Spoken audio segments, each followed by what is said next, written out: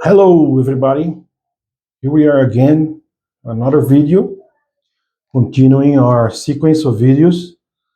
Today, my topic is going to be about the temporary overlays in orthodontics. How can we combine the prosthodontics and orthodontics together in order to get the best outcome, the best finishing, the best result for our patients? And I will just expose to you guys a little bit about this subject. Okay, so how can we do it? How should we do it? Okay, it's better than just can do it. Can do it. We can do anyway. How should we do it? Let's start from the beginning. Let's go very superficially about the history in orthodontics. Okay, how the orthodontics is developed as a specialty, so you guys will understand a little bit about the history, which is very, very important to understand the actual days, the days we are living in right now, and the days that maybe is about to come. So orthodontics is a specialty that started in 1700s in Europe, basically in France. Some doctors started with some ideas to align the teeth. So they didn't have really much materials. It was basically some silk threads, okay, and some leather hand made to adapt to the teeth. And they lace the teeth to this little piece of leather and little by little pulling the teeth. So was the first modern attempt to align teeth in 1700s, at the end of the 1700s. We have also seen even in Egyptian mummies some attempts to align the teeth using especially some metal wires. At that time, they lace and they perforate the teeth. They keep the teeth together using some metals. It was already described studying Egyptian mummies. But modern way, let's say, started in 1700s in France. Later on, the things become a little bit more advancing in United States of America.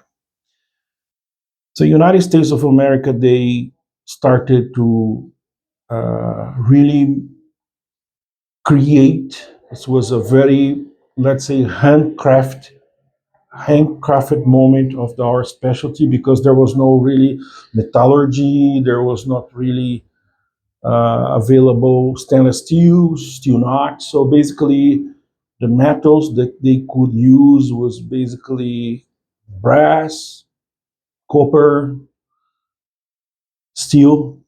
Okay, so there was not really much alloys. There was no really much uh, industries available to help someone creating a kind of appliance. So they need to develop by yourself in your garage, if I can say something like that.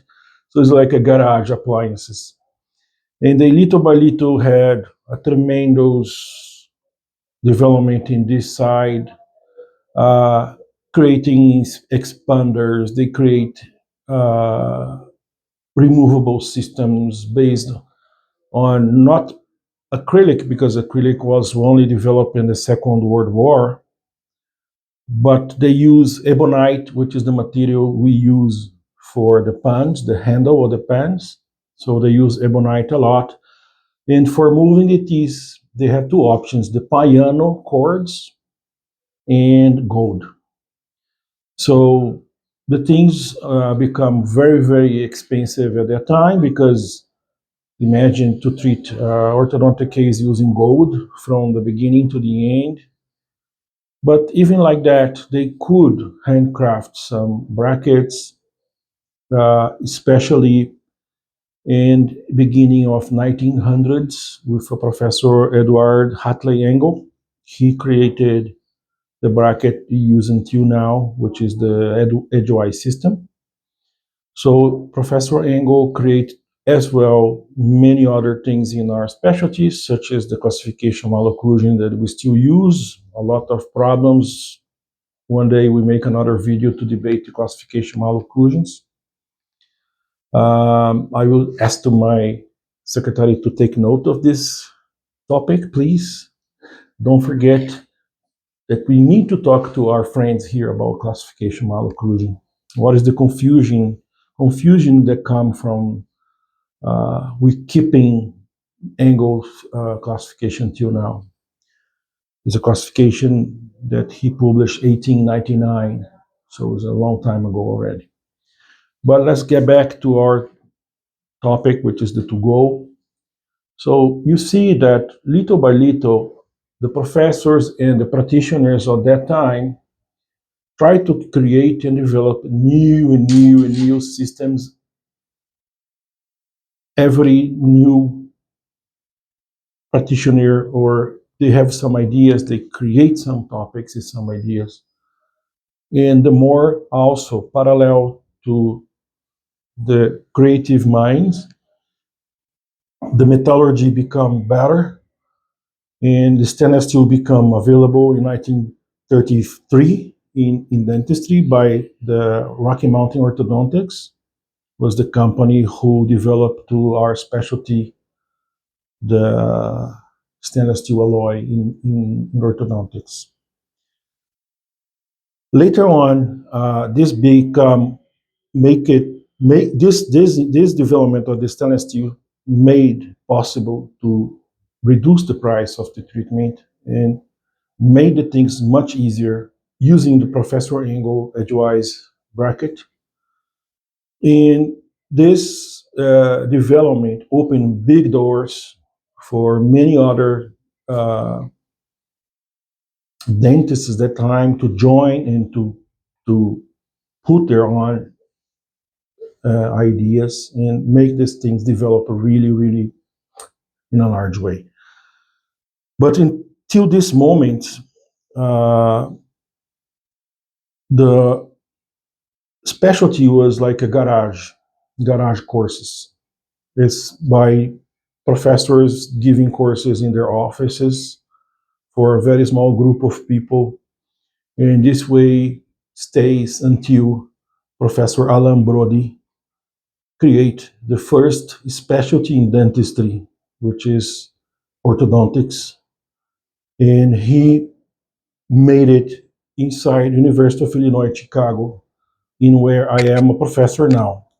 So the UIC, University of Illinois, Chicago, is the first specialty in dentistry, which is orthodontics. So the orthodontics as a specialty started University of Illinois, Chicago, and this is the place where I am a professor now. Okay, so I am inside the cradle of the birth, or the place in where everything started. We have a very beautiful museum there with a lot of little things from all the professors telling this kind of history until now.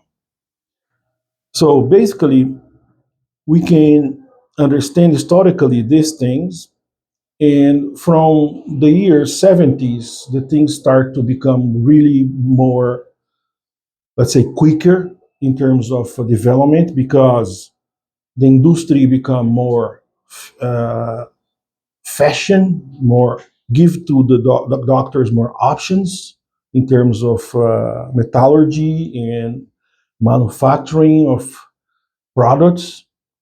The real orthodontic material producers start to be available, not only from Rocky Mountain Orthodontics, but other companies start to become available. And this create a competition in this area, in this field, and new doctors join to another companies, and these other companies start to develop more and more things.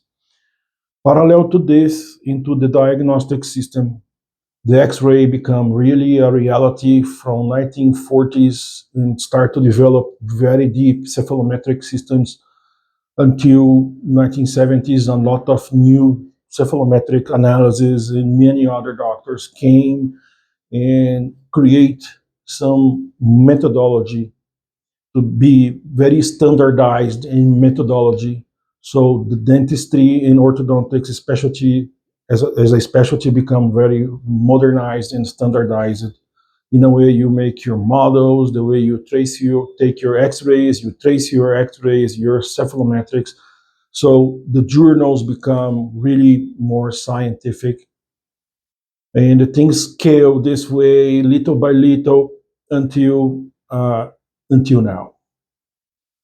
But the funny thing is that parallel to this, we also have similar history in prosthodontics, for example, and many other professors at that same period of time working parallel in dermatology, talking a lot about centric relation and try to find condyle position in many different ways.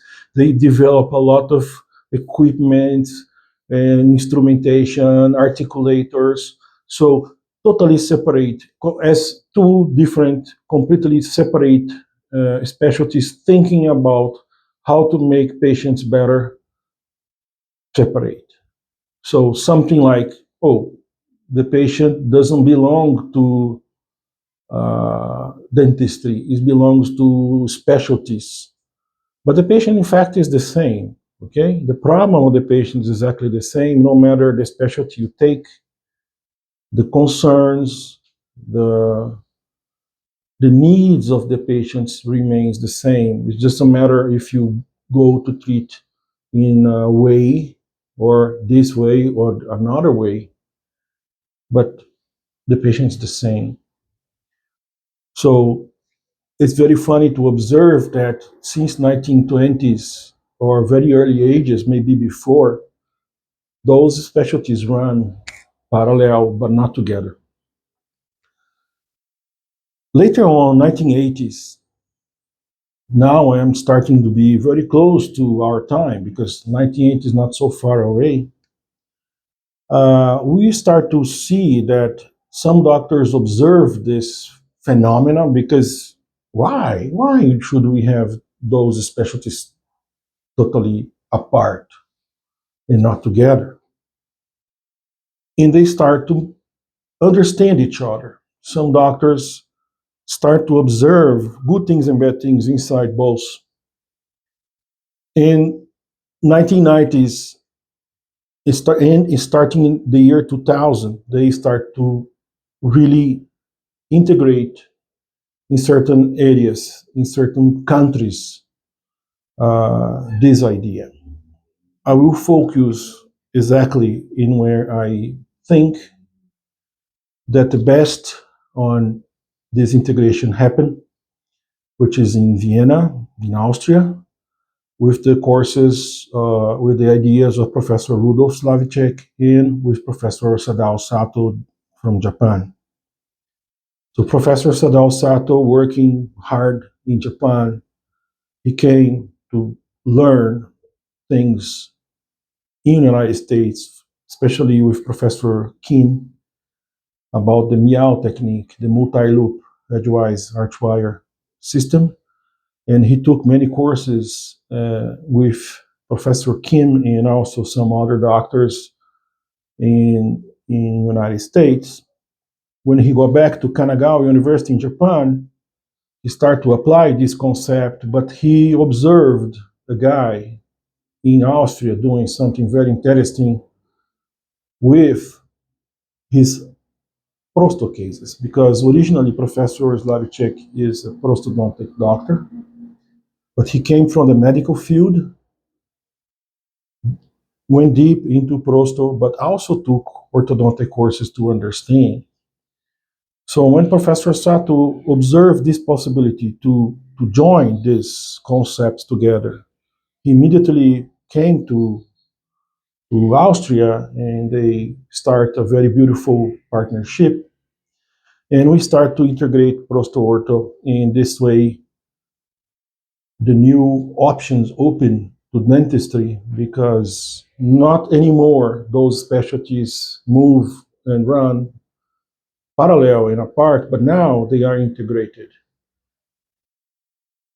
This way, we could start to understand and use all the instrumentation, very common sense in prosto, but not really, really common sense in orthodontics, to diagnose and start to observe things that we never observed before.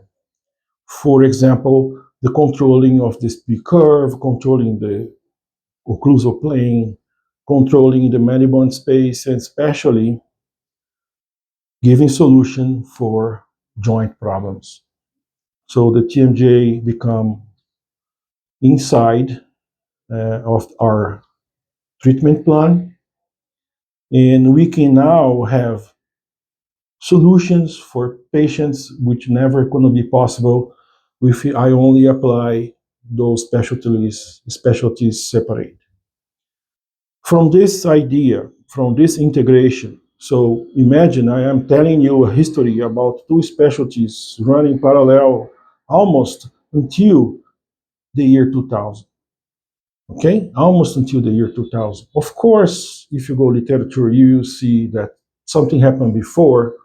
Let's say seriously after year 2000. We surely see with this partnership between Professor Slavicek and Professor Sato, this integration become a reality, and of course it takes time to show results, to show that things are really beneficial for the patients. And with the development of schools based on this concept, it became available in Austria for many, many doctors. And Professor Sadao Sato also in Kanagawa in Japan, and also in other universities in Germany, in Krenz, and some other places. But let's say orbiting Vienna, Professor Slavicek idea, new things really come and made available. So this school opened, and a lot of people came. Same thing happened in the past with Professor Engel when he opened his schools in the garage. Okay, I'm not telling the Vienna school is a garage school, but it's the same principle because it came from one mind, one very incredible genius mind with a lot of things inside, but he wants to say in his own cave. Okay, he wants the people come to him. The same thing happened with Engel in St. Louis at that time. So people had to go to St. Louis to learn from Professor Engel. But people would now had to go to Vienna to learn from this incredible mind. And I was one of these people. Okay. So my first curriculum I took 2013 with Professor Slavicek himself, because he was still teaching and alive, energetic. And I had this tremendous opportunity because I came from Professor Robert Ricketts' school in orthodontics, which is very, very also biological and physiological school. And this school certainly matched with Professor Slavicek ideas, and Professor Ricketts and Professor Slavicek become friends in middle of this road. In 1990s, Professor Ricketts came to Vienna to study in Vienna Museum many things in where he coming back to the United States, he could apply new ideas on his diagnosis concepts as well. And Slavicek took Professor Ricketts' cephalometrics concept, growth concepts, and add also to his system. This is a very interesting partnership. But for me, being a student from both of them is like a privilege. Okay, now, I had also the opportunity to be student of Professor Sadao Sato as well. Professor Sadao Sato is still here, so we always exchange when possible, when I have the opportunity to talk to him, and to his students as well. So this way, little by little, new people came and new minds came. So we have those, let's say, quotes. So two minds can think much better than one mind, four minds much better than one. And this way we start to grow like a geometric progression. And little by little, people start to join in our congresses at Vienna, what we call summer school, every July.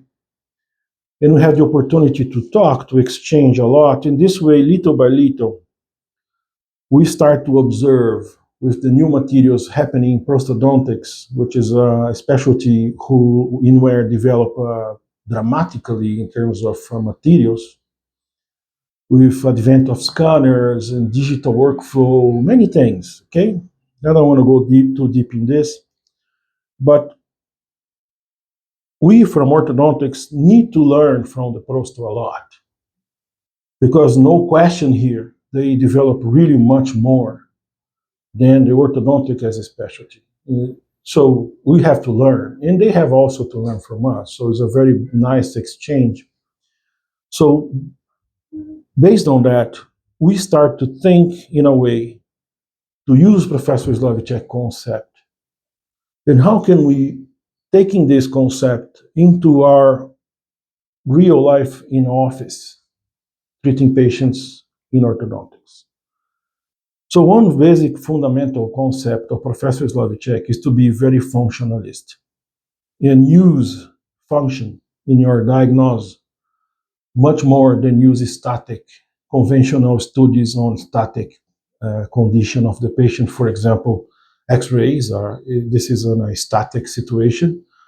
X-rays I take now 5 minutes after the patient maybe is totally different. If the patient has an accident or fracture a molar or break a canine or whatever, the patient's 5 minutes after the X-ray is not that patient anymore.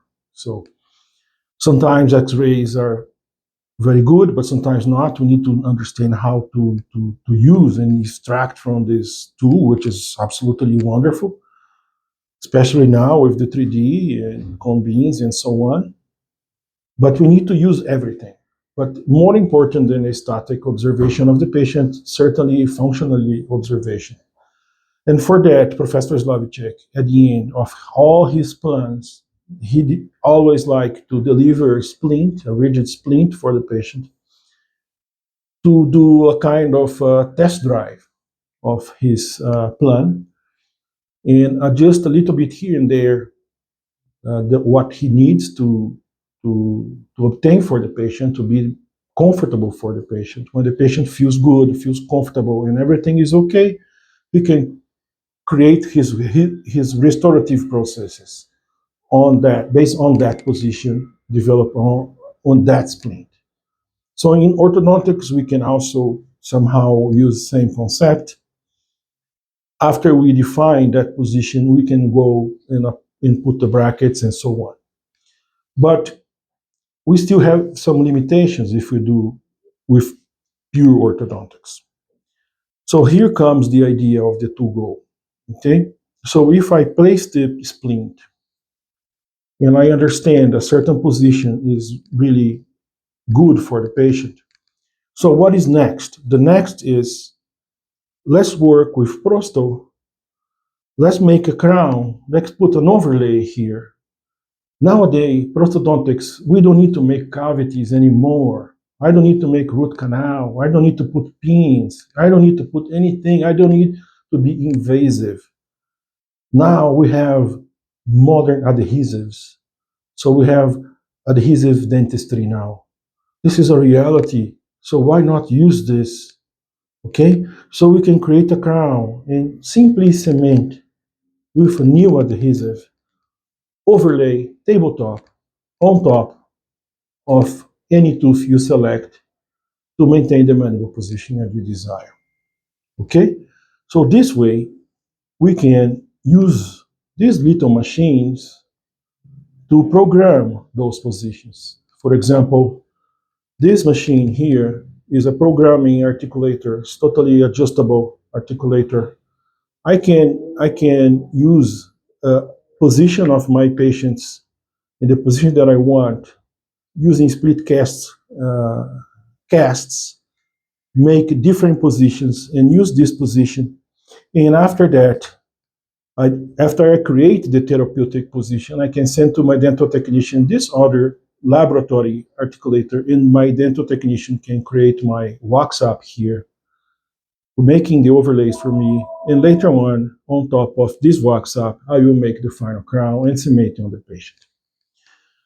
So based on this, I can now treat cases that it was not even imagined that was possible before, because it was completely impossible to treat a TMD case orthodontically only, because it was completely impossible to decompress joints and understand how can I can recap the disc.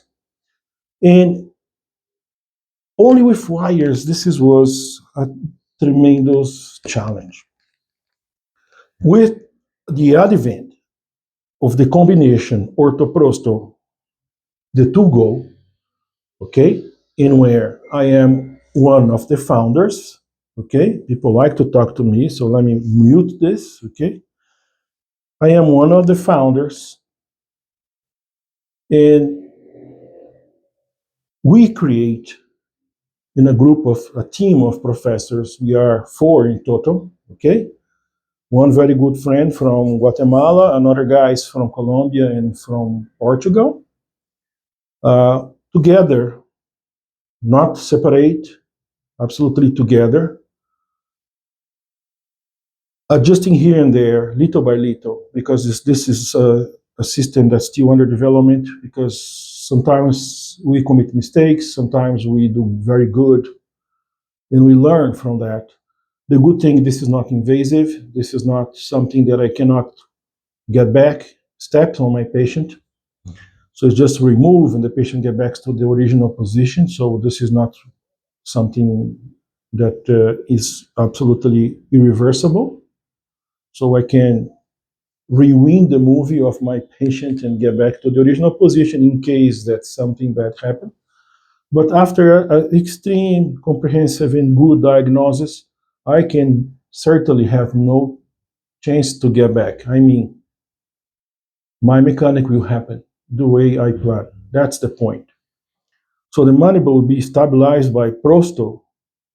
And now I move the teeth very simple way with a very simplified GIAO or MEAO or even bioprogressive wires, section mechanics, whatever you want to use to join the teeth and finalize the best occlusion as possible for your patient according to your concepts. So the temporary overlays, guided orthodontics, the TOGO that we create, and I had the insight to create this name, okay? And the name was given by me, the TOGO. Now we sometimes understand that some cases we don't need to remove the overlay, just keep it already fixed. So I learned this from the Prosto. But when we started as orthodontics, I would like always to finish the teeth hygiene with the way they started, but sometimes not necessary. Just keep the overlay is absolutely okay. I learned this from the Prosto. So this combination is nice because we learn. So the name kept to go. Some cases we remove the overlay. Sometimes we can keep it. So case by case. So the TOGO overlays came to help us to treat cases that was never imagined to be treated.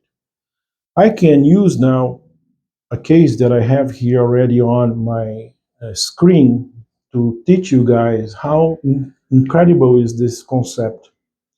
So you guys can follow at least one case in my office that I drove under the TOGO concept. So this is a patient that I'm not going to show her face and her face pictures, obviously, for obvious reasons, okay? Just to her identity must be kept anonymous. So I will just keep going here with her intraoral pictures. So I treat this girl about 12 years ago, 12, 13 years ago in a traditional concept. So I will very quick here move her case. So I don't want to stay very deep here on the mechanics and so on. I just want to show the benefit of the TOGO and when it was really necessary to be applied. So she was a crossbite patient and debite, mandible lateral deviation to the left. So, so because of this shift, I see the class 2 here. We spoke already about maximal intercuspation already to you guys. So never start to treat cases based on maximal intercuspation or the habitual maximal intercuspation because this is a completely wrong starting point. Okay, so I treat this little girl. I made all the diagnostics that was available at that time. These are old films developed, not digital X-rays at that time, which is totally different now. No cone beams, no tomography. So I'm talking about 15, almost 15 years ago. So we traced based on our concepts with bioprogressive, Professor Ricketts' studies and so on. So we evaluate her cephalometrics and start with traditional expanders, two bands, quad helix, which is very bioprogressive style, and we expand the case, derotate, use these extensions to help me to uncross her bite here. So after that, after the rotation expansion, we obtain this result. I finish the expansion stage this way. The case becomes really much better. And at that time, I had the concept to wait for the teeth. Okay, now I don't act like this anymore. But at that time, I just stop the phase one and I will wait for the phase two. So I will wait for the permanent dentition come to receive the brackets. So I just follow up with some pictures, and here are the result after expansion. So we changed dramatically her case transversally speaking, and she become more symmetric. Later on, I placed the brackets and I finished the treatment like this. Okay. So the objective of this debate here or this talking is not really to show you how to treat this case. It's just to show how can we understand the case problem later on. So let's follow this case. I finished like this, and I am sure that everybody here is going to say this is a very nice finishing. For me, at least for my eyes, finish absolutely tremendous. But if you want to comment something in my video here in the YouTube, you can make any comment. But certainly, majority of the people will enjoy this kind of finishing. And I follow up the case 4 or 5 years later. I have this picture, so it remains absolutely the same. Um, Cephalometrically speaking, she's really improved a lot, so really much better. And here's the result 10 years after. So I follow up this case almost 10 years. Okay, so when she had the 10 years after, you can see that in between she removed the third molars, but I placed the 3 to 3 retainer and I made it fixed it for a very long time. This is another big mistake.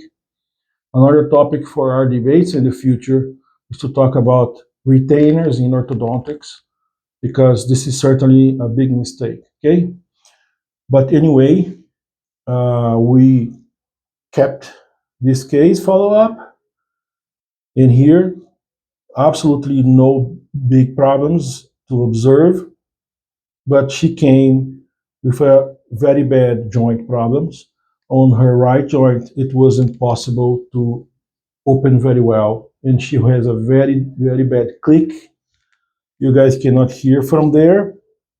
Let me see if I put some volume here. You maybe can hear. Let me play again.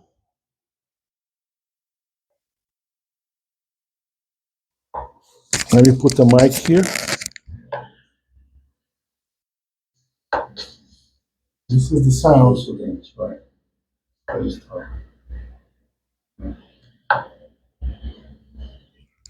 You can see that her midline are perfectly matching.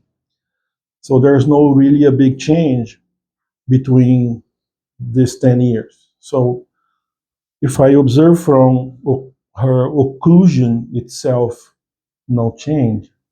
But so what happened to her in order to have the disc in the right joint clicking like that? So you can see that she clicks at the end of her movement and the click is very loud. So, and her concern was, doctor, I feel embarrassed because when I go to dinner, when I go to eat something to anybody, this sound is so loud. And the people look to me and says, what's going on with this girl? So I listened to her and I took MRI of her joints. And we can see on this MRI that the right joint has a displacement anteriorly, and she cannot uh, recapture in the beginning of the movement, and the disc can be recaptured in the end of the movement. So you can listen the loud click because the disc bend. So the disc become folded during the whole translation of the condyle on the right joint. When she's about to finish the translation, the disc jump on the top very aggressively, and you see the loud click. So, and now she got back with the disc on top until the end of the movement, and she lose again. So we have a kind of a very large reciprocal click, but at the end of the movement. Okay, this is an exam we can do with our articulators called CPM. I can evaluate the amount of compression of her joints using the articulator, and I can see that her compression vertically, it was 0.75, 0.75 in here, anteriorly 0.5 and 1 here, in here 0.25, 0.5. In transversely, I have 3 millimeters of displacement as well. So I can calculate exactly the amount of displacement of her condyles in this space using the articulator. So it's an instrumentation very important for my repositioning of the mandible. So we call this CPM, condylar positioning measurement. And here is the report of the MRI telling the disc is in front. So from this point, I start to mount her case. I'm sorry for the quality of the mounting, but it was during pandemic. And during the pandemic, we didn't have availability of materials. So I couldn't make a split cast at that time. It was not exactly the plaster that I would like to use because there was no availability. I had to use the plaster that I had. So the quality certainly is not ideal, but this is what the way I could, okay? And we could see from her mounting that her joint was being compressed vertically, and I start to program the articulator using this system here, using, as you see, the yellow insertion here. Yellow means that I am moving 1 millimeter the condyle. So according to the CPM, I started to calibrate. Why I didn't use condylography in this case? Because she couldn't keep the mouth open. I couldn't mount this. So I had to be based in something. I based on CPM. So I had at least a little GPS or a roadmap better than nothing. Okay? So maybe not the ideal GPS, but some GPS. So I start from here and I start to understand her problems and I create a splint to her to recap the disc, which I don't have pictures here, but after the splints, I create to her the overlays on the second molars that you can see here on the picture. And I now bond the brackets and I create her mechanics using here section mechanics, bioprogressive style with utility arches. And after that, we put the teeth together. I move another overlay here to the bicuspids to maintain the rotation. But at this time, I already had the disc on top, so we could take the disc back. The patient stopped completely The clicking at the very first moment when the patient come here, I install the overlay, the patient leave my office without the click. So now it's just a matter of put the teeth together to stabilize that position and maintain everything we plan. So that's the concept of the TOGO overlays. And after we do it, so she can open and there's no more click. So she can open wide and straight. The quantities on left and right side really much better. Now I am able to perform condylography because she can tolerate and stay with the equipment installed. So to refine this treatment, we mount again with using condylography. And now I can see the details that I still need to do, and I observe the curves of the condylography to really understand. Mounting now with more precision, of course, using occlusograms and using waxing to see what else we need to finish her case.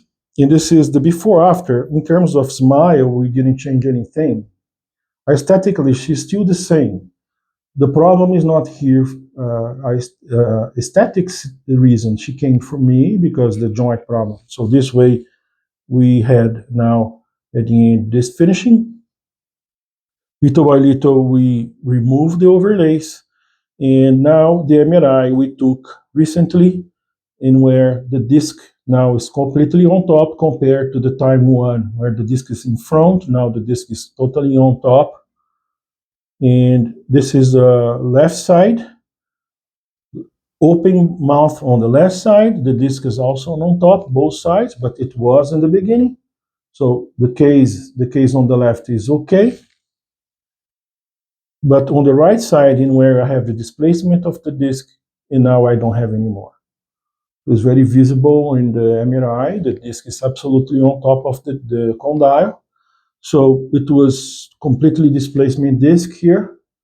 And I could catch this disc without any surgical intervention, any invasive process. It's just a matter to give to the disc space to be back, because the disc is being held by a ligamentary system and also muscles involved here, muscles of the CMS. So the mandible can be forward a little bit, and the muscles and the ligaments maintain the disc, and this way the condyle can be under the disc. It's not really the disc is moving back, but in fact is the condyle moving under the disc. So the disc can be under the disc can be on top of the condyle by the condyle movement. And here, when the patient open, the disc is still on top, and here it was folded. You cannot, the patient at this quantity of opening could not have the disc on top, but now the disc is totally on top.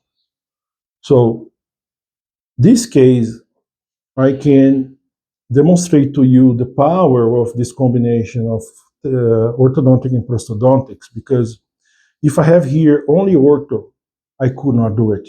If I have only prosto, I would have to make a full mouth rehabilitation for this patient, put crowns and everywhere in a completely hygienic situation. The patient has a beautiful smile, beautiful everything. So, oh my God, now I have to put crowns over. Become expensive is one thing, and second thing is the teeth doesn't need. Okay, so now if I use a temporary overlay made by composite, and now with my mechanics put the teeth together, in a second stage remove this overlay and just put the other teeth together, is really more logical. Okay, there's no invasive anything here. There's no surgical procedure. There's no preparation of the teeth. I don't need to cement anything here forever. Okay, it's just temporary. Temporary for what? To catch the disc and develop my mechanics to reposition her mandible in the final position that I want. And now the case is finished because I have my objective completely made, because the disc is recaptured. So what I want to do to you guys here as a final message is that we need to keep growing in dentistry, but not growing separate, not growing specialties apart. The multidisciplinarity in dentistry must be working together. We had already previous videos talking about multidisciplinary in dentistry. If you want to look in my videos in the YouTube, I have one especially about multidisciplinary approach in dentistry. So we need to work together. If you don't feel comfortable to work with prosto, you need to find a doctor who works in prosthodontics and talk in the same language as you in terms of concept, who will help you certainly to guide these cases in a good way. But what is the most important thing behind of this is the Professor Slavichek concept. Here is the point. Before this professor, we never had the opportunity to think like this. Okay? With the development of these equipment made in Austria and Professor Sadao Sato concepts with mechanics and integrate these two wonderful tools from two wonderful genius minds together, we are capable to also give our little contribution creating the TOGO overlays as we did, as I did. Okay, the overlays is now a reality, and this is what we are doing in the office, very successful for more than 6-7 years. Okay, so the more we do, the more we learn, the more we improve. In the congresses we go, we see also some other people starting to practice the concept we did. And for us, it's make us proud. In another way, make us so good because we can see a lot of people from many other places being receiving a treatment in where they can have solutions for problems that never be possible to be solved before. So this is today contribution for my YouTube channel. This is only possible because you guys are every day joining to my YouTube channel. My YouTube channel boost from 700 participants to almost 1,000 participants now. And I need your click. I need your click on the bell here. Join my group. Follow me. Click on the like here to say, oh, I like this video. So I am like a rock and roll band player. If my audience clap me a lot, I play another one, okay? I play the bass, okay? So if you don't clap me, I will say, maybe they didn't like. Let's slow down. I don't want to do anything else more. So I need your feedback. I need your comments. I need your questions. And I am an open mind guy, okay? I'm here because I love to teach. I love what I do. I love to be dentist. I love what I create. And I like to exchange. So if you have comments or anything, please write down here. And we certainly gonna be exchanging together.